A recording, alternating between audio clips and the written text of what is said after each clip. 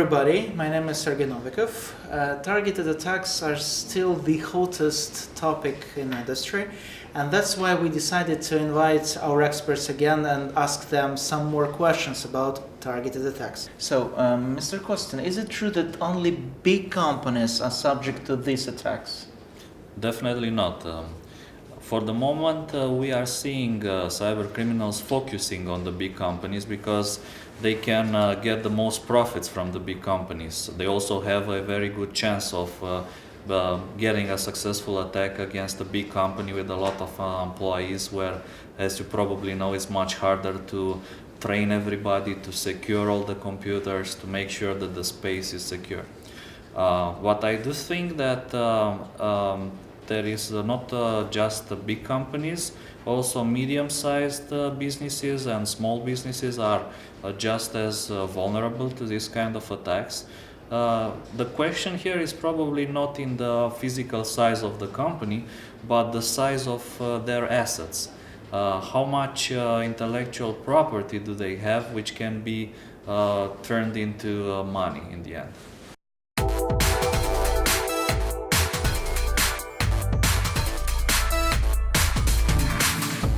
Can you suggest how do I protect me and my company against targeted attacks? Well, as Kostin already said, one of the main factors of a targeted attack is social engineering. And this means that it's not a technical issue. In most cases, it's the users, the humans in the company that are the weak point. So you have to ensure that your users know how to protect themselves and how to protect the company. And this is only possible if you need to do awareness trainings, for example.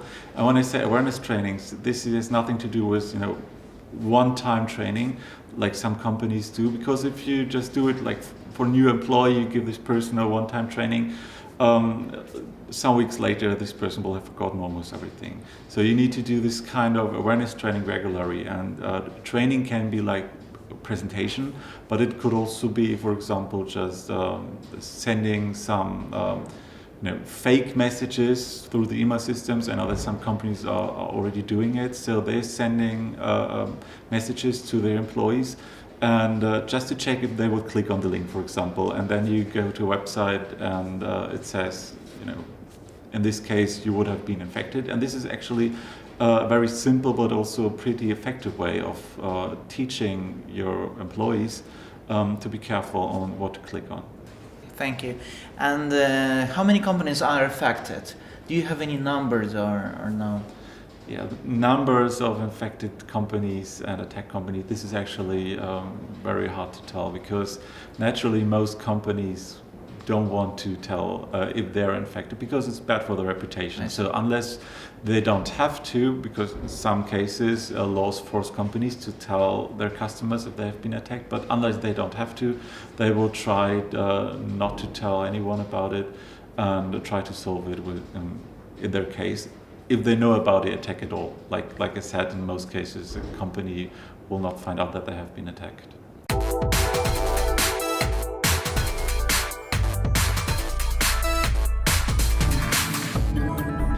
So, and in the end, I understand what should we do to stop this attack, to protect these attacks. But can you tell me what are security companies doing to prevent these targeted attacks?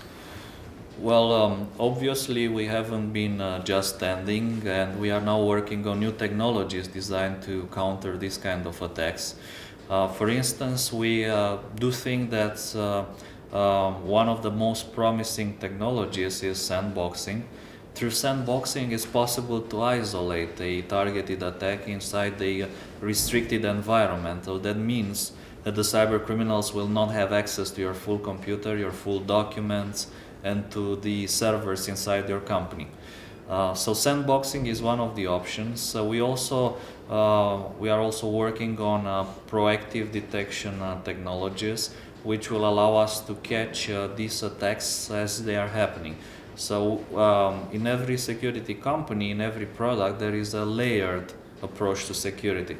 So the first line of defense is traditional definitions, traditional signatures, and then we have heuristics, generics, the second layer, and the third layer should be sandboxing and proactive technologies, meaning Imagine that you get infected with a totally unknown malware that is not detected by the conventional signatures, is not detected by the heuristics. But then the security program, sees that this new malware that is unknown is trying to access private documents on your hard drive. It is trying to take them and send them to a FTP server in China. That's definitely suspicious. So we are working on technologies which will look for this kind of suspicious behavior, and they will attempt to block these activities in the third layer of defense, and that will allow us to protect our users even against unknown targeted attacks.